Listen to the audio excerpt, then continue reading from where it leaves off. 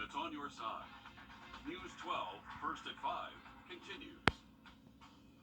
A car slammed into the side of a dog bakery and grooming business over the weekend, hitting a woman and spooking a dog. The pregnant woman is expected to be okay, but a search party is working to find the lost pup. But first, early voting is getting... Thanks a lot, Riley. Police in New York continuing their investigation into a racially motivated mass shooting over the weekend. The investigators say the suspect in Buffalo started a live stream of that shooting. We had a similar case about a month ago here when suspect Nathaniel Mead went live on Facebook while holding a man hostage in his car. Although the Twitch stream of the Buffalo shooting was taken down within 2 minutes of going live, the Facebook video of Mead is still up, but it's without audio. The closest Georgia has come to regulating this type of content was from a state Senate bill back in March. If passed, it would have tried to stop big social media companies from censoring or removing content. Senator Harold Jones says its federal implication is why it failed. We wouldn't require Kroger to tell us how they make sure the persons don't slip and fall. We wouldn't require them to tell us every time a person is filing a lawsuit against you. But that's what this bill particularly did. While the bill failed to make any ground in Georgia, the state house in Georgia, Senator Jones says it's the first time he's ever seen a bill like this even pass through the Senate. In another shooting over the weekend, an Orangeburg County child has been identified as the victim of a drive-by shooting. This happened in the town of North. 6-year-old Winston Hunter was shot and killed on McLean Street, just outside the city of Orangeburg. Happened around 11:30 Friday night. Community members there are still coming to grips with what happened. Every now and then when you think about it, you get teary-eyed, and you just thinking about what if. In the last couple of hours, we are learning the child was playing inside that house when the car drove by and someone in the car fired shots into the home. No word yet on any suspects. A search party is out looking for a dog after the pup ran away from the scene of a crash at the Wolfgang Dog Groomers on Washington Road Sunday morning. A car ran off the road and into the building yesterday, and you can see some pretty severe damage was left behind. A pregnant woman was hit by the car. She was inside the business, taken to the hospital with non-life-threatening injuries. Both the woman, she was pregnant, an employee there, and her baby, they are expected to be okay. However, the dog named Cinnamon is still missing. Researchers believe they may have found the cause of SIDS, or sudden infant death syndrome. Until now, no one could explain why it happened. News 12's Wrdw spoke with the health experts to find out exactly what is going wrong and how parents might be able to prevent SIDS.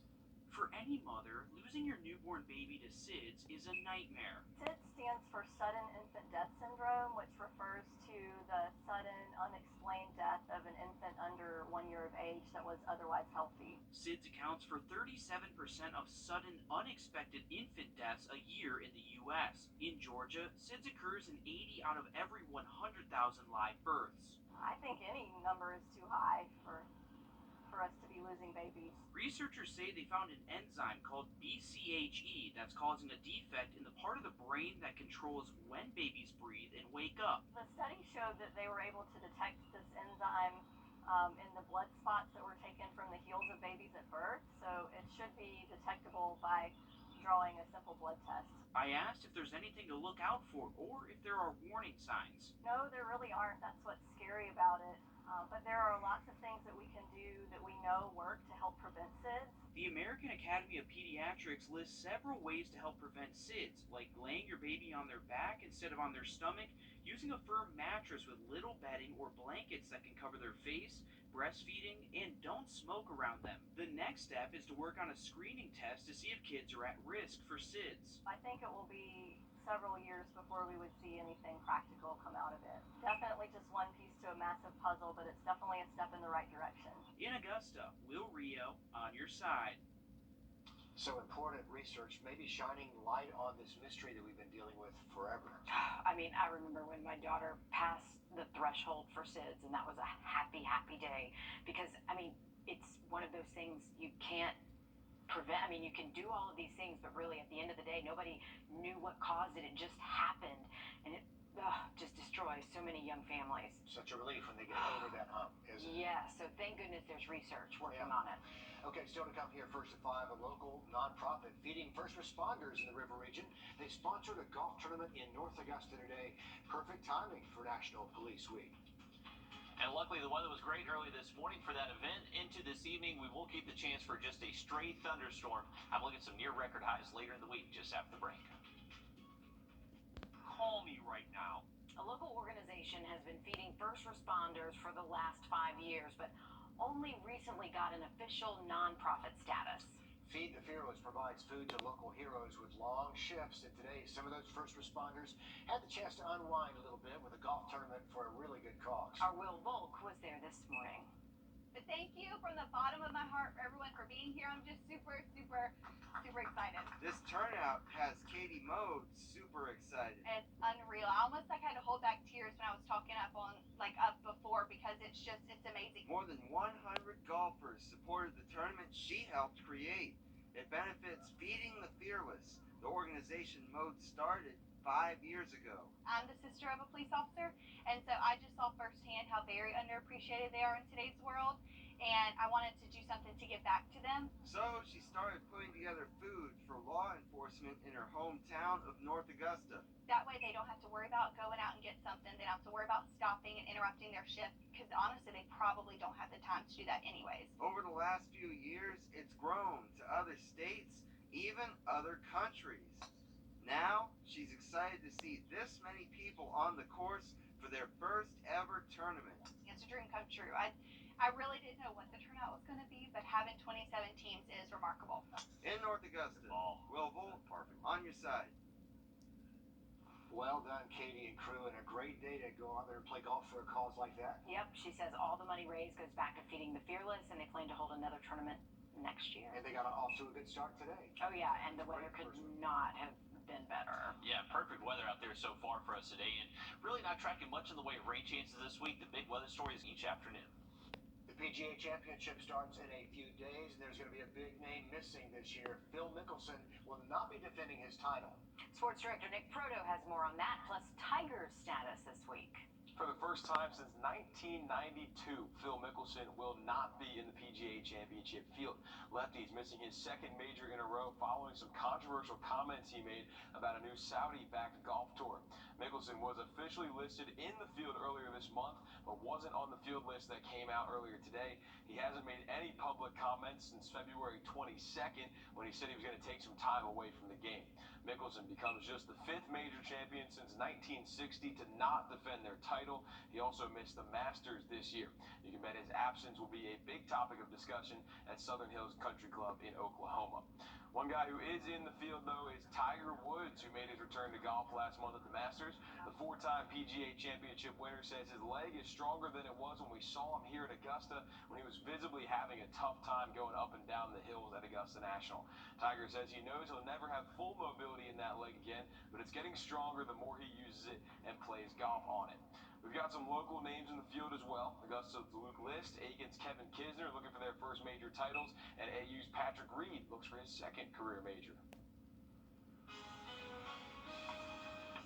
Still ahead, summer's just around the corner, and some are looking to get ready for swimsuit weather. Coming up next, we'll show you an app that promises a six-pack in just 30 days.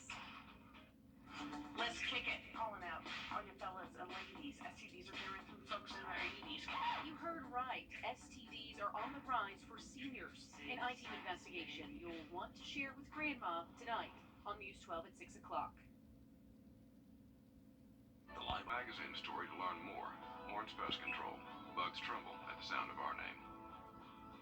We've noticed gas prices on the rise again, and only 3 states in the U.S. have an average under $4 a gallon. One of them is Georgia, but we are right there on the bubble. AAA listing the average price of a gallon of gas in Georgia, $3.99, and holding, I guess, in some places. Most of the river region is right at $4. South Carolina averaging $4.19 a gallon. The national average, get this, $4.50 a gallon right now. Ouch, it hurts, doesn't it? Check out this video out of Aiken County. A car caught fire on I-20 just before 7 this morning. It happened near mile marker 11, right before the Bettis Academy Road exit. One of the lanes was shut down for a while as people made their way through the morning commute. Aiken County Dispatch says fortunately no one was hurt in the fire, but yeah, it caused lots of problems today. Well, you know, summer's almost here, and if you're like a lot of people, you might not have gotten into shape you'd rather be in for swimsuit season. No, I'm still working on pandemic pounds. There's a smartphone app claiming it's not too late to get six packs. We're talking about abs. Our Consumer Tech reporter Jamie Tucker shows us more in the app of the day. This app has to be joking, right? A six-pack in 30 days? That's what it claims. Six-pack in 30 days is a smartphone app for both iPhones and Android devices. Now, the app offers workouts specifically designed to tighten the core. After entering some basic information, the app creates a workout for your age, weight, and target.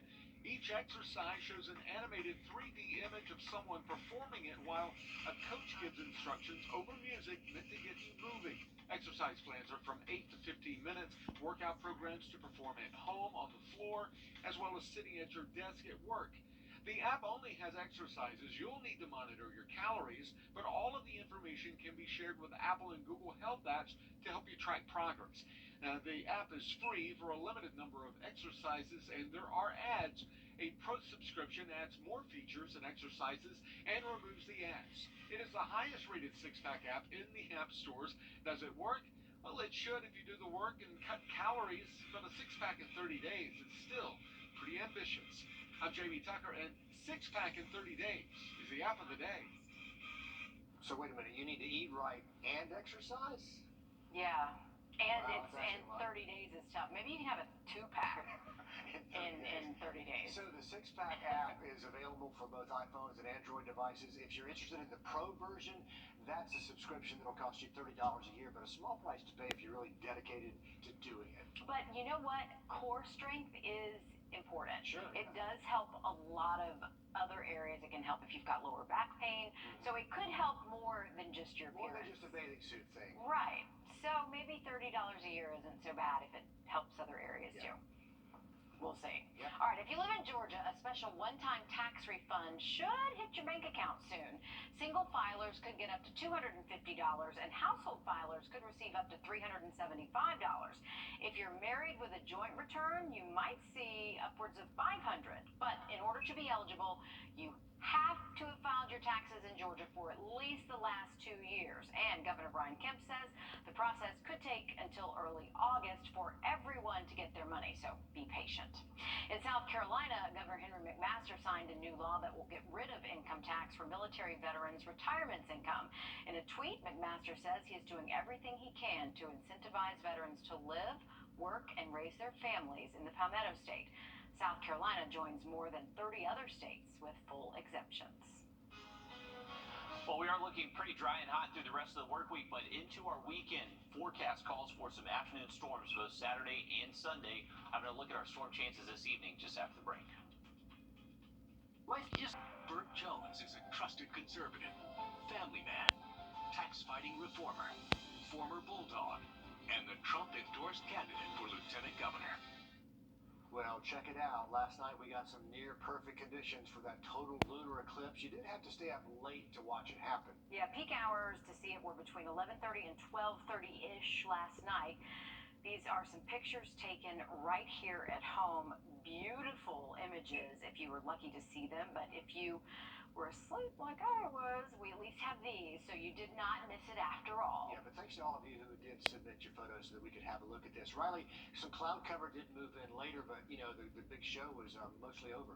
Yeah, that was the great news about the eclipse last night, is that even with a few clouds around, luckily it lasted more than an hour and a half in some spots. So luckily that we did have plenty of time to check that out. Pretty cool stuff. Definitely happy our viewers got some good views of that. For our chances